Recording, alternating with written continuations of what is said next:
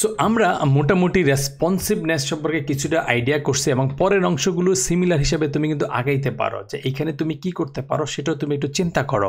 যে এইখানে তোমার টপ ব্লগ আছে, তুমি এখানে একটা সেকশন করতে পারো, বা এখানে যেহেতু একই সেকশনের মধ্যে এখানে একটা হরিজেন্টাল লাইন দিয়ে দিতে পারো, তারপর আলাদা একটা ডিপ দিয়ে বা কিছু একটা করে এই সেকশনের মধ্যে তুমি করতে পারো।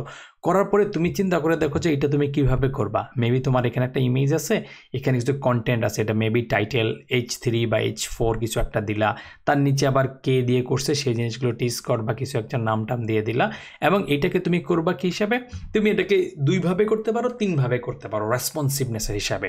তখন তুমি চিন্তা করবা যে আচ্ছা এমন হইতে পারে একটা ব্লগ আছে, তার পাশে নেম আছে, এটা থাকলো।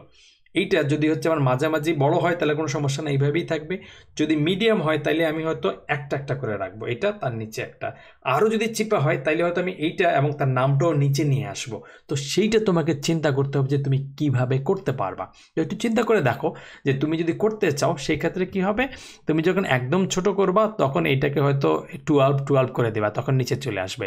যদি মিডিয়াম হয় তাইলে সে হয়তো এই টোটাল থাকবে, এটা পুরাপুরি হয়ে যাবে ওই যে তোমার 6 করে হয়ে যাবে। আর যদি তোমার একদম রেগুলার হয় তাহলে এটা মোটামুটি ওভারঅলটা এটা থাকলো একটা জিনিসের মধ্যে, এটা আলাদা জিনিসের মধ্যে থাকলো। আবার তুমি এর ভিতরে চাইলে ওই যে ফ্লেক্স দিয়েও করতে পারো, যে ফ্লেক্স ডিরেকশনটা চেঞ্জ হয়ে যাবে। যে তোমার যদি এখন ছোট হয়ে যাবে তখন ফ্লেক্স ডিরেকশনটা চেঞ্জ হয়ে অন্য কিছু হবে, বা তুমি অন্য কিছু দিয়েও করতে পারো। তো এইটা তুমি একটু চিন্তা করে দেখো যদি কখনো লাগে তুমি কিভাবে করবা বা কি স্টাইলে করবা। কারণ এই জিনিসটার বা তারপরের জিনিসটা তোমার জন্য আরেকটু মামুলি হবে। যে তুমি নর্মালি যদি করতে চাও এটা একটা কার্ড বা কিছু একটা নিলা, এবং এটা হয়তো তুমি ওই যে 12 কলাম নিলা, কলাম নিয়ে হচ্ছে 3 কলাম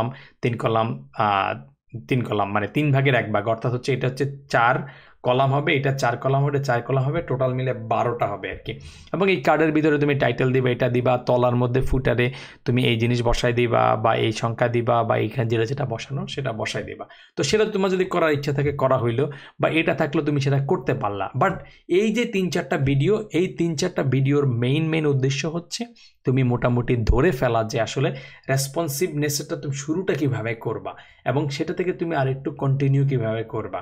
সো এই ডিসকাশনটা বা এই ওভারঅল মডিউলটারই উদ্দেশ্য হচ্ছে তোমাকে এই তুমি HTML, CSS বা বুটস্ট্র্যাপ রিলেটেড যেই জিনিসগুলো তুমি মোটামুটি শিখছো সেই জিনিসগুলো সম্পর্কে তোমাকে একটু এক্সট্রা যেই জিনিসগুলো দরকার ছিল সেগুলো একটু ডিসকাস বা আলোচনা করে দেওয়া, যাতে হচ্ছে তুমি সামনে এই বুটস্ট্র্যাপের জিনিসগুলো বা সামনে যে জিনিসগুলো করতে হবে সেই জিনিসগুলো তুমি আরেকটু ভালো করে বুঝে ফেলতে পারবা। তবে তোমার যে জিনিসটা সবসময় মাথায় থাকতে হবে সেটা হচ্ছে বুটস্ট্র্যাপের মানে যত কিছুই শিখো, যত এই কোর্স থেকে শিখো, ইউটিউবে ডেফিনেটলি ভিডিও থেকে শিখবা, অন্যান্য ব্লগ থেকে শিখবা, বাট মেইন জিনিস হচ্ছে এই ডগগুলো পড়া। তুমি যদি এই বুটস্ট্র্যাপের ডগগুলো হচ্ছে আমি যখন প্রথম শিখতাম তখন যে কতবার যেটা রিভিশন দিছি, কারণ আমি মাঝে ভুলে যেতাম যে আসলে এখানে কী ছিল ওটা কী ছিল, এখনও আমি ভুলে যাই আসলে। যেমন একটু আগে আমি হয়তো ছিল MX অটো বা কিছু একটা, এইটা আমার হয়তো মাথায় থাকে না। তখন আমি কাছাকাছি এই সার্চ জিনিসটাকে এত বেশি ইউজ করি, অথবা আমি যখন ফ্রি থাকি বা কোনো একটা বাসে দিয়ে কোথাও একটা যাচ্ছি বা এখন র্যান্ডমলি শুয়ে রিল্যাক্স করতেছি, তখন এই সাইডটাই মোবাইলে খুলে আমি দেখতেছি যে আচ্ছা কী আছে না আছে, এই জ্যাম্বোট্রনটা কি, ন্যাববার কি, ওর ভিতরে কি আছে, ইউটিলিটিসগুলো অনেক বেশি কাজে লাগে। তাইলে তোমার অনেক কাস্টম কোড করা থেকে তুমি বেঁচে যাবা, যেগুলো তুমি 10 পিক্সেল একদম 100% যেগুলো সেগুলো তুমি পারবা না। যে এই ব্যাকগ্রাউন্ড কালার বা কিছু একটা, এটাও কিন্তু তুমি যে ব্যাকগ্রাউন্ড কালার যে টপ প্লেয়ার আমরা দিছি এটা কিন্তু দরকার ছিল না, তুমি বিজি হোয়াইট দিলে কিন্তু হয়ে যেত। তো আমরা টপ প্লেয়ার ওইখানে কি করছি, এই একটা দিয়ে আমরা ব্যাকগ্রাউন্ড হোয়াইট কালার দিছি। যেহেতু হোয়াইট কালার আমরা কিন্তু এইখানে গেলেই কোথায় গেল, টপ প্লেয়ার কই গেল, বাট টপ লাই এটা হচ্ছে বিজি হোয়াইট যদি দিয়ে দিতাম, বিজি তারপরে হচ্ছে হোয়াইট, তাহলে কিন্তু আমাদের লাগতো না। এটা আমি কিভাবে জানতাম, আমি জানতাম হয়তো যদি আমি ওটাকে ইউজ করি, যেখানে করি যে হোয়াইট কালারে আছে, আমাদের কিন্তু এই কাস্টম CSS আমাদের কম লেখা লাগতেছে, উইথ এটা দেয়া লাগবেই। ইমেজের বিষয়টা সেটা দেওয়া লাগবে, বা ইমেজটাকে তুমি চাইলে কিছু একটা করতে পারো। আর বডির ব্যাকগ্রাউন্ড কালার এটা একটা স্পেসিফিক কালার, এটা আসলে ওই নর্মাল কালারের মধ্যে পড়ে না, এইটুক তোমাকে হয়তো করতে হবে, বা ফন্ট সেট করতে হবে।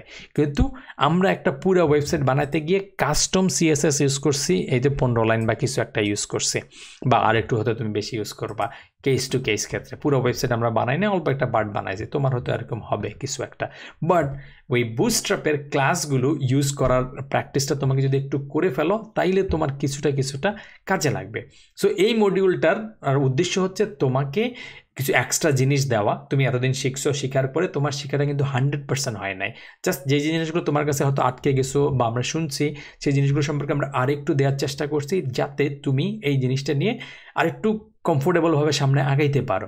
কিন্তু এটার মানে এটা না যে তোমার আজীবনের জন্য বুস্ট্র্যাপ আর ধরা লাগবে না, বা এই জিনিসগুলো আর দেখা লাগবে না, বা সারা জীবনের জন্য তোমার ব্রেনে সেট হয়ে গেছে, সেটা মোটেও না। বরং তুমি কিছুদিন পরে ভুলে যাবা, অন্য কিছু যখন করতে যাবা তখন এটা অনেক জিনিস ভুলে যাবা। কিন্তু বারবার রিভাইজ করলে বা ইউটিউবে বিভিন্ন ভিডিও দেখলে, এটা সেটা করলে, বা তোমার যদি সময় থাকে তুমি এই সাইডটাই বানানোর কাজটা যদি তুমি ধরে ফেলো, আমাদের হয়তো একটু পরে রিভিশন ডে আসবে, তখন তুমি যদি এটা করে ফেলো, তাইলে জিনিসটা তোমার একটু রিভিশন হয়ে গেলো, জিনিসগুলো জানাও হয়ে গেল, এবং তুমি মোটামুটি শিখে ফেলতে পারলা। বা তুমি নিজেও একটা সময় একটা চ্যালেঞ্জ নিয়ে নিলা, ঠিক আছে আমি এটা বুস্টআপ দিয়ে করবো না, এটা আমি ফ্লেক্স দিয়ে করবো, ফ্লেক্স এবং ফ্লেক্স দিয়ে করে ফেলবো। বা আমি অন্য জিনিসটা হয়তো গ্রিড লেআউট, ওভারঅল স্ট্রাকচারটা হয়তো আমি গ্রিড লেআউট দিয়ে করে ফেললাম। আর গ্রিড লেআউট দিয়েও করা যায়, ফ্লেক্স দিয়েও করা যায়, বা তুমি সেটা করলা, এটা দিয়ে করলা, করে তুমি জিনিসগুলোতে আস্তে আস্তে ভিতরে ঢোকা শুরু করলা। বা এই জায়গাটায় আমি হয়তো এই ন্যাপ বারটা একটা জিনিসের মধ্যে রাখলাম, ব্যাকগ্রাউন্ড কালারটা আমি কাস্টমভাবে সেট করে দিলাম, তাইলে সেই হিসেবেও তুমি করতে পারো।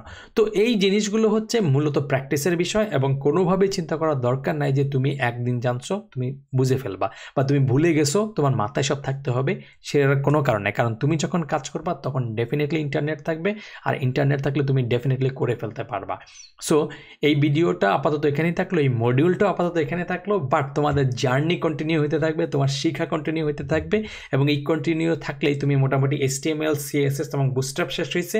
পরবর্তী জার্নিতে আমরা ঢুকে যাব হচ্ছে আমাদের ইন্টারেস্টিং এরিয়া জাভাস্ক্রিপ্টের মধ্যে। তো সেটা আরও অনেক বেশি এক্সাইটিং, আরও বেশি ইন্টারেস্টিং, আরও অনেক ফান হবে, আরও অনেক কিছু শিখবো, অনেক কিছু প্র্যাকটিস করবো, অনেক কিছু ভুলে যাব, সেই ভুলা দিয়েই আবার করতে করতে আমার মনে আসবে, ভুলবো আবার শিখবো, ভুলবো আবার শিখবো, বা ভুলবো আবার 1-2 সপ্তাহ 3 সপ্তাহ 1 মাস পরে আবার রিভাইজ দিব। এই সাইকেলের মতো যখন চলতে থাকবে, সাইকেলের চাকার মতো তুমি কি করবা, তুমি সামনে আগাই যাইতে থাকবা। সো ঘুরবা মানে হচ্ছে সামনে আগাইতে থাকবা। সো আগানোর কাজটা চলবে এবং সামনে থাকা হবে। এই মডিউলটা আপাতত এখানেই শেষ হলো, দেখা হবে নেক্সট মডিউলে। All the best.